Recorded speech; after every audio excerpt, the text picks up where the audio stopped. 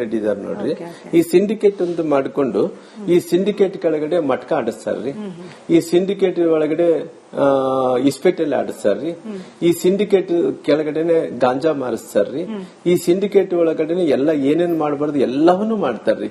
ಈ syndicate amount ಬಂದು ಸತೀಶ್ ರೆಡ್ಡಿ ಅವ್ರಿಗೆ ಸೇರ್ಕೊಂತದ್ರಿ. ಅವರು ಸತೀಶ್ ರೆಡ್ಡಿಗೆ ಡೈಲಿ ಮಿನಿಮಮ್ ಅವ್ರದ್ದು 1 ಕೋಟಿ ರೂಪಾಯಿ ಕಲೆಕ್ಷನ್ ಆಗುತ್ತೆ. ಸುಮ್ನೆ ಇಲ್ಲಿಗಲ್ ಆಗಿ 1 ಕೋಟಿ ರೂಪಾಯಿ ಕಲೆಕ್ಷನ್. ಅವ್ರು ಕೂಡ ಎಲ್ಲಿ ಇರ್ತಾರ ಅಲ್ಲೆಲ್ಲೋ ಇರ್ತಾರಂತ್ರಿ. ಅವ್ರ ಮನೆ ಎದುರುಗಡೆ ಹೋದ್ರೆ ರೀ ಎಲ್ಲ ಈ ಸಿಮೆಂಟ್ ಚೀಲ ಎಲ್ಲ ಕೂಡ ಈ border security India Pakistan border ಇರ್ತದೆ. ಅಲ್ಲಿ ಸಿಮೆಂಟ್ ಚೀಲಗಳೆಲ್ಲ ಇಟ್ಕೊಂಡು ಗನ್ ಇಟ್ಕೊಂಡಿರ್ತಾರೆ. ಪ್ರೈವೇಟ್ ಗನ್ ಮೇಲೆ ಹಂಗ ಇಟ್ಕೊಂಡಿರ್ತಾರೆ. ಆತ 3ನೇ ಮಾಡಿ ಮೇಲೆ ಇರ್ತಾರಂತ್ರಿ. ಡೈಲಿ 1 ಕೋಟಿ ರೂಪಾಯಿ ಸಂಪಾದನೆ ಮಾಡ್ತಾರೆ. ಡೈಲಿ ಅವ್ರ ಇನ್ಕಮ್ ಬಳ್ಳಾರಿ ಎಲ್ಲ ಇಲ್ಲಿಗಲ್ ಆಕ್ಟಿವಿಟೀಸ್ ರೀ. ಇವು ಮಟಕ ಎಲ್ಲ ಕೂಡ ರೀ ಓಣಿಯಲ್ಲಿ ಬರೀತಾರ್ರಿ. ಮಟಕ ಅಂದ್ರೆ ಇಸ್ಪೇಟಲ್ಲಿ ಅಲ್ರಿ. ಇಲ್ಲಿ ನೋಡ್ರಿ ಇಸ್ಪೇಟಲ್ಲಿ ಎಲ್ಲೆಲ್ಲ ಆಡ್ತಾರ ನೋಡ್ಸ್ಬಿಡ್ತೀನಿ ರೀ. ನನ್ನ ಹತ್ರ ಇದೆ ಇಸ್ಪೇಟಲ್ಲಿ ರೀ. ಒಂದು ಓಣ್ಯಾಗ ಆಡ್ತಾರೆ. ಇಸ್ಪೇಟಲ್ಲಿ ಹೆಂಗ್ ಆಡ್ತಾರೆ ಸಾಕಷ್ಟು ರೀ. ನೋಡ್ರಿ ನಮ್ಮ ಕೋಟೆ ಮಲ್ಲೇಶ್ವರ ಸ್ವಾಮಿ ದೇವಸ್ಥಾನದಲ್ರಿ ಬಹಳ ಪವಿತ್ರವಾದಂತ ದೇವಸ್ಥಾನ ರೀ. ಆ ಕೋಟೆ ಮಲ್ಲೇಶ್ವರ ಸ್ವಾಮಿ ಗುಡಿಯಲ್ಲಿ ನಿನ್ನೆ ನೋಡ್ತಾ ಇದ್ರೆ ಆ ಕೋಟೆ ಮಲ್ಲೇಶ್ವರ ಸ್ವಾಮಿ ದೇವಸ್ಥಾನ ಬಗಲಗಡೆ ದೇವಸ್ಥಾನ ಗೋಪುರದ ಕೆಳಗಡೆ ಇವರು ಇಸ್ಪೇಟಲ್ಲಿ ಆಡಿಸ್ತಾ ಇದಾರೆ. ಅಂದ್ರೆ ಸಾಕಷ್ಟು ಇಸ್ಪೇಟಲ್ಲಿ ಅವ್ರ ಇನ್ಕಮ್ ರೀ ಪರ್ ಡೇ 1 crore ರೀ. ಪೊಲೀಸರು ಅಲ್ಲೇ ಅಡ್ಡಾಡ್ತಿರ್ತಾರ್ರಿ. ಅಂದ್ರೆ ಇದೆಲ್ಲವೂ ಸತೀಶ್ ರೆಡ್ಡಿ ಮಾಡೋದು ಅದು ಭರತ್ ರೆಡ್ಡಿ ಗೊತ್ತಿದೆ. ಹೌದ್ರಿ. ಅವ್ರು ಸಪೋರ್ಟ್ ಇದೆಯಾ ಭರತ್ ರೆಡ್ಡಿ ಅವ್ರಿಗೆ ಪೂರಾ ರೀ. ಇವರೇ ಎಲ್ಲ ಒನ್ ಡೇ 1 ಇನ್ಕಮ್ 1 crore ರೂಪಾಯಿ ರೀ. ಅವ್ರು ನೋಡಿ ಇಲ್ಲಿಗಲ್ ಸ್ಯಾಂಡ್ ಮಾಡ್ತಾರ್ರಿ. ಇಲ್ಲಿಗಲ್ ಸ್ಯಾಂಡ್ ಇದೆಲ್ಲವೂ ಭರತ್ ರೆಡ್ಡಿ ಅವ್ರ ಮೂಗಿನ ಕೆಳಗೇನೆ ನಡೀತಿದೆ. ಎಲ್ಲ ಅವ್ರು MLA ಸಾಬ್ರೇ ಅವ್ರಿಗೆ ಎಲ್ಲ ಕಂಪ್ಲೀಟ್ ರೀ. ಅಂದ್ರೆ ಇವ್ರು ಸಿಂಡಿಕೇಟ್ ಸತೀಶ್ ರೆಡ್ಡಿ ಎಲ್ಲ ಸಿಂಡಿಕೇಟ್ ಬಂದ್ಬಿಡ್ಬೇಕ್ರಿ. ಎಲ್ಲ ಅಮೌಂಟ್ ಡೈಲಿ 1 crore ಇಂದ ಸಿಂಡಿಕೇಟ್ ಬಂದ್ಬಿಡ್ಬೇಕ್ರಿ. ಸಿಂಡಿಕೇಟ್ ಅಂದ್ರೆ ನಾವು ಪುಷ್ಪ ಸಿನಿಮಾ ನೋಡ್ತೀವಿ. ಇವಾಗ ನೋಡ್ಸಿದಲ್ರಿ ಭರತ್ ರೆಡ್ಡಿ ಸಾಬ್ರು ಸಿಂಡಿಕೇಟ್ ಲಾಂಚ್ ಮಾಡ್ತಾ ಇದಾರ. ಅದೆಲ್ಲ ನೋಡ್ಸಿದ್ರೆ ಮೋಸ್ಟ್ಲಿ ಅವ್ರು MLA ಆದ ನಂತರ ಆಗಿದೆ. ಇವಾಗ 2.5 ವರ್ಷ ಆಯ್ತು ನಾವು MLA ಆಗಿ. ಅವ್ರು 2.5 ವರ್ಷದಿಂದ ನಡೀತಾ ಇದೆ. ಮುಂಚೆ ಈ ರೀತಿ ಕಲ್ಚರ್ ಇಲ್ರಿ. ಅವ್ರು ಸತೀಶ್ ರೆಡ್ಡಿ ಅವ್ರು ಕೂಡ 3ನೇ ಮಾಡಿ ಮೇಲೆ ಇರ್ತಾನ್ರಿ. 3ನೇ ಮಾಡಿ ಮೇಲೆ ಇದ್ದಂತ ಟೈಮಲ್ಲಿ ರೀ ಅವ್ರಿಗೆ ಅಭ್ಯಾಸ ಏನಂದ್ರೆ ಸಂಜೆ ಆದ್ರೆ ಸಾಕು ಗುಂಡಾರಿಸ್ತಾನ್ರಿ. ಯಾರನ್ನ ಪಂಚಾಯತಿ ಬಂದ್ರಿಗ ಅವ್ರಿಗೆ ಲ್ಯಾಂಡ್ ಸೆಟ್ಲ್ಮೆಂಟ್ಸ್, ಬಿಲ್ಡಿಂಗ್ ಸೆಟ್ಲ್ಮೆಂಟ್ಸ್. ಅವ್ರು ನಾನು ಇಷ್ಟೊಳಗಡೆ ಕ್ಯಾಸೆಟ್ ಒಂದು ಆಡಿಯೋ ಬಿಡುಗಡೆ ಮಾಡ್ತೀನಿ. ಆಡಿಯೋ ಅಲ್ಲ ವಿಡಿಯೋ ಬಿಡುಗಡೆ ಮಾಡ್ತೀನಿ ರೀ. ಅದು ಇನ್ನ ಸಿಕ್ಕಿಲ್ಲ. ನಾನು ಫೈಂಡ್ ಔಟ್ ಮಾಡ್ತಾ ಇದ್ದೀನಿ.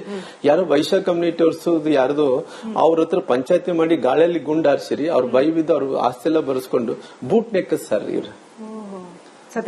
ಸತೀಶ್ ರೆಡ್ಡಿ ಬೂಟ್ ನೆಕ್ಕಬೇಕ್ರಿ. ಆ ರೀತಿ ಇತ್ತೀಚೆಗೆ ನಾನು ನೋಡ್ತಾ ಇದ್ದೇನಲ್ರಿ ಎಷ್ಟು ದೌರ್ಜನ್ಯ ಅಂದ್ರೆಗಿನ ಅದು ಕೇಳಕ್ಕೆ ಸಾಧ್ಯ ಇಲ್ಲ. ಸತೀಶ್ ರೆಡ್ಡಿ ಜೊತೆ ನೇರವಾಗಿ ಭರತ್ ರೆಡ್ಡಿ ಅವರ ಬೆಂಬಲ ಇದೆ ರೀ. ಇವಾಗ ನೋಡ್ರಿ ವಿದ್ಯಾನಗರದಲ್ಲಿ ಒಂದು ಮನೆ ಮಾಡ್ಯಾರ್ರಿ. ಮತ್ತೆ ರಾಯಲ್ ಟೂರಿಸ್ಟ್ ಹೋಮ್ ಬಗಲ್ಗಡೆ ಒಂದು ಮನೆ ಮಾಡ್ಯಾರಿ. ಗಾಂಧಿನಗರದ ಒಂದು ಮನೆ ಮಾಡ್ಯಾರಿ. ಡೈಲಿ ಇಸ್ಪೇಟೆ ಇದು ಈ ಮಟ್ಕ ಬರೀತಾರ ನೋಡ್ರಿ. ಮಟ್ಕದೆಲ್ಲ ಕೂಡ ರೋಡ್ ಮನೇಲಿ ರೊಕ್ಕ ಜೋಡಿಸ್ತಾರ್ರಿ. ಇಷ್ಟಿಷ್ಟು ರಾಶಿ ಜೋಡಿಸ್ತಾರ್ರಿ ಮನೇಲಿ. ಅವ್ರು ಎಷ್ಟು ರೊಕ್ಕ ಜೋಡಿಸ್ತಾರಂದ್ರೆ ಡೈಲಿ ಮಿನಿಮಮ್ ಎಷ್ಟೋ ಕಲೆಕ್ಷನ್ ಮಾಡ್ಕೊಂತಾರಿ. ಆ ಮಟ್ಕ ಬರೋ ನಂಬರ್ ಎಲ್ಲ ಕೂಡ ಯಾವಾಗ ಘೋಷಣೆ ಮಾಡ್ತಾರೆ ರಾತ್ರಿ ಘೋಷಣೆ ಓಪನ್ ಏನಂತಾರ್ರಿ. ಅದು ಅನೌನ್ಸ್ ಮಾಡಂತ ಟೈಮಲ್ಲಿ ಇವರೇ ಮಟ್ಕ ತಗೊಂತಾರ. ಇವರೇ ಬರೀತಾರ್ರಿ. ಇವರೇ ಘೋಷಣೆ ಮಾಡ್ತಾರ್ರಿ. ಎಲ್ಲ ಕೂಡ ಈ ರೀತಿ ಎಲ್ಲಾ ಕಡೆ ಕೂಡ ಬಂದು ಪರ್ ಡೇ 1 ಕೋಟಿ ರೂಪಾಯಿ ಬರ್ಬೇಕಂತ ಸಿಂಡಿಕೇಟ್ ಮಾಡ್ಕೊಂಡಾರ್ರಿ. ಇದೆಲ್ಲ ಕಳೆದ 2.5 ವರ್ಷದಿಂದ ನಡೀತಿದೆ ಬಳ್ಳಾರಿ ನಗರದಲ್ಲಿ ಅಂತ ನಿಮ್ಗೆ ಗೊತ್ತಿದ್ರು ನೀವಾಗ್ಲಿ ಜನಾರ್ದನ್ ರೆಡ್ಡಿ ಅವರಾಗ್ಲಿ ಸತೀಶ್ ರೆಡ್ಡಿನ ಪ್ರಶ್ನೆ ಮಾಡಿದ್ರ ಅಥವಾ ಭರತ್ ರೆಡ್ಡಿ ಅವ್ರನ್ನ ಪ್ರಶ್ನೆ ಮಾಡಿದ್ರ? ಯಾವತ್ತು ಪ್ರಶ್ನೆ ಮಾಡಿದ್ದಿಲ್ಲ ರೀ. ಯಾಕಂತ ಹೇಳಿದ್ರೆ ನಾನು ಬಹಳಷ್ಟು ಸಾರಿ ಗಮನಿಸಿದ್ದೇನ್ರಿ. ಗಮನಿಸಿದಂತ ಟೈಮಲ್ಲಿ ಕೂಡ ಅವ್ರ ಸರ್ಕಾರ ಇದೆ. ಸರ್ಕಾರ ಜೊತೆ ಅವ್ರ ಮಂತ್ರಿಗಳ ಅವ್ರ ಮಿನಿಸ್ಟರ್ಗಳ ಅವರು ಇನ್ಚಾರ್ಜ್ ಮಿನಿಸ್ಟರ್ಸ್ ಇದ್ದಾರ, ಪೊಲೀಸ್ ಇದಾರ. ಅವರೆಲ್ಲ ಕೂಡ ರಕ್ಷಣೆ ಮಾಡಬಹುದಾಯ್ತು. ಅವರೆಲ್ಲ ಕೂಡ ಸಪೋರ್ಟ್ ಮಾಡ್ತಾ ಇದಾರೆ ಅನ್ನೋದು ಗೊತ್ತಿದ್ದಿಲ್ಲ ನನಗೆ. ನಾನು ನಂತರ ನಮ್ಮ ಅಡಿಷನಲ್ SP ಸಾಹೇಬ್ರು SP ಅವರಂತೂ ಯಾರು ಹೆಣ್ಮಗಳು ಇದ್ದಲ್ರಿ ಅವ್ರೇನೋ ಟ್ರಾನ್ಸ್ಫರ್ ಆಯ್ತು. 1 ವರ್ಷ ಆದ್ಮೇಲೆ ಅದು ಪ್ರೊಸೆಸ್ ಬೇಕಾದ್ರೆ 1 ವರ್ಷ ಆದ್ಮೇಲೆ ತಗೊಂಡ್ಬಿಡ್ತಾರ್ರಿ. ಆ ಹೆಣ್ಮಗಳು ನಂತರ ಹೊಸ SP ಅವ್ರು ಪವನ್ ನಿಜ್ಜೂರ್ ಅವ್ರು ಬಂದಿದ್ರು. ಅವ್ರು ಕೂಡ ಪಾಪ 24 ತಾಸಲ್ಲಿ ಅವರು ಪಾಪ ಸಸ್ಪೆಂಡ್ ಆದ್ರು. ನಂತರ ಈ ಅಡಿಷನಲ್ SP ಸಾಹೇಬ್ರು ಅವ್ರ ಬ್ಯಾಕ್ ಗ್ರೌಂಡ್ ಏನ್ರಿ ಅಂದ್ರೆ ಅವ್ರು DSP ಆಗಿ ಬಳ್ಳಾರಿಯಲ್ಲಿ ಬಂದಿದ್ರಿ. ಬಳ್ಳಾರಿಯಲ್ಲಿ DSP ಇದ್ದಂತ ಟೈಮಲ್ಲಿ ಕೂಡ ಅವತ್ತು ಕೂಡ ಸಂದರ್ಭದಲ್ಲಿ ನಮ್ಮ ಹತ್ರ ಸ್ವಲ್ಪ ವಿರೋಧ ಇತ್ರಿ. ವಿರೋಧ ಇದ್ದಂತ ಟೈಮಲ್ಲಿ ಕೂಡ ಅವರು DSP ಇದ್ದಂತ ಟೈಮಲ್ಲಿ ಕೂಡ ಸಾಕಷ್ಟು ಹತ್ಯೆಗಳು ನಡೆದವ್ರಿ. ಇಲ್ಲಿ ಬಳ್ಳಾರಿಯಲ್ಲಿ ಕೂಡ ಅವ್ರು ಇದ್ದಂತ ಟೈಮಲ್ಲಿ ಹತ್ಯೆಗಳು ನಡೆದಂತ ವಿಚಾರದಲ್ಲಿ ಕೂಡ DSP ಸಾಹೇಬ್ರಂತ ಅವ್ರ ಹೆಸರು ರವಿಕುಮಾರ್ ASP ಅವರು, ಅಡಿಷನಲ್ SP ಅವರು. ಅವ್ರು ಇದ್ದಂತ ಟೈಮಲ್ಲಿ ಅವತ್ತು ಕೂಡ DSP ಇದ್ದಂತ ಟೈಮಲ್ಲಿ ಹತ್ಯೆಗಳು ನಡೆದವ್ರಿ. ಆ ನಡೆದಂತ ಟೈಮಲ್ಲಿ ಅವ್ರನ್ನ ಅಡಿಷನಲ್ ಎಸ್ ಪಿ ಸಾಬ್ರಾಗಿ ತಗೊಳೋದಕ್ಕಿಂತ ಮುಂಚೆ ಅವ್ರನ್ನ ಅವತ್ತಿನ ಸಂದರ್ಭದಲ್ಲಿ ನಾವೆಲ್ಲ ಕೂಡ ಅವ್ರ ಹತ್ರ ಜಗಳ ಮಾಡ್ಕೊಂಡಿದ್ವಿ, ಅವ್ರ ವಿರುದ್ಧವಾಗಿ ನಾನು ಮಾಡಿದ್ವಿ ಕೆಲಸ ಅನ್ನೋದ ಕಾರಣ ಅವ್ರು ಇಲ್ಲಿ ತಗೊಂಡ ನಂತರ ಕೂಡ ಅವರು ಯಾವತ್ತೂ ಕೂಡ ನೋಡ್ರಿ ಅಲ್ಲಿ ಮಟಕ ನಡೆಸಿರ್ತಾರ, ಮನೆಯಲ್ಲೆಲ್ಲ ಕೂಡ ರೊಕ್ಕ ಜೋಡಿಸ್ತಾರ, ರಾಶಿ ಜೋಡಿಸ್ತಾರ್ರಿ. ಯಾವತ್ತು ಕೂಡ ಅಬ್ಜೆಕ್ಷನ್ ಮಾಡಿದ್ದಂತೂ ಏನಿಲ್ಲ ರೀ. ಎಲ್ಲ ಕೂಡ ಪೊಲೀಸರೆಲ್ಲ ಕೂಡ ಅವ್ರ ಮನೆ ಸುತ್ತ ಅಡ್ಡಾಡ್ತಿರ್ತಾರ್ರಿ. ಈಗ ಪೊಲೀಸ್ ಅವರು ಅವ್ರನ್ನ ಪ್ರಶ್ನೆ ಮಾಡ್ತಿಲ್ಲ, ಪೊಲೀಸ್ನವ್ರು ಹೆದರಿರ್ಬೋದು. ಆದ್ರೆ ಜನಾರ್ದನ್ ರೆಡ್ಡಿ ಮತ್ತು ಶ್ರೀರಾಮುಲು ಅವರಿಬ್ರು ಪ್ರಭಾವಿ ನಾಯಕರು, ಸಚಿವರಾಗಿದ್ದವರು, ಈ ಜಿಲ್ಲೆಯ ಬಗ್ಗೆ ಕಾಳಜಿ ಇರೋರು. ಯಾಕೆ ನೀವು ಭರತ್ ರೆಡ್ಡಿ ಅವ್ರನ್ನ ಕೇಳಲಿಲ್ಲ? ಭಯ ಬಿದ್ರ ಭರತ್ ರೆಡ್ಡಿ ಅವರಿಗೆ? ಭಯ ಅನ್ನೋದಿಲ್ಲ ರೀ, ಯಾಕಂದ್ರೆ ಲಾ ಅಂಡ್ ಆರ್ಡರ್ ನೋಡ್ರಿ, ನಾವು ರಾಜಕಾರಣ ಮಾಡಿರೋದು ಜಿಲ್ಲೆಯನ್ನ ಮಟಕ ದಂಧೆ, ಡ್ರಗ್ಸ್ ದಂಧೆಯಿಂದ ಕಾಪಾಡುವಂತ ಜವಾಬ್ದಾರಿ ನಿಮ್ಮಿಬ್ಬರ ಮೇಲೂ ಇದೆ. ಯಾಕೆ ನೀವು ಭರತ್ ರೆಡ್ಡಿನ ಯಾವತ್ತು ಪ್ರಶ್ನೆ ಮಾಡಲಿಲ್ಲ? ನೋಡ್ರಿ ಯಂಗ್ಸ್ಟರ್ಸ್ ನಾನು ನೋಡಿದಲ್ರಿ, ಯಂಗ್ಸ್ಟರ್ಸ್ ಎಲ್ಲ ಕೂಡ ಹ್ಯಾಪಿ ಮೂಡ್ ಅಂತೇಳಿ ಒಂದು ಡ್ರಗ್ಸ್ ತಗೊಂತಾರೆ. ಹ್ಯಾಪಿ ಮೂಡ್ ಅಂದ್ರೆ ಒಂದು ಸ್ಟಾಂಪ್ ಇರುತ್ತೆ ನೋಡ್ರಿ, ನಾವು ಇಂಗ್ಲೆಂಡ್ ಲೆಟರ್ ಬರಿಬೇಕಂದ್ರೆ ಸ್ಟಾಂಪ್ ಹಚ್ತಾರೆ. ಹ್ಯಾಪಿ ಮೂಡ್ ಬ್ಯಾಡ್ ಮೂಡ್ ಅಂತೇಳಿ ತಗೊಂತಾರೆ, ನಾಲಿಗೆ ಮೇಲೆ ತಗೊಂತಾರ್ರಿ.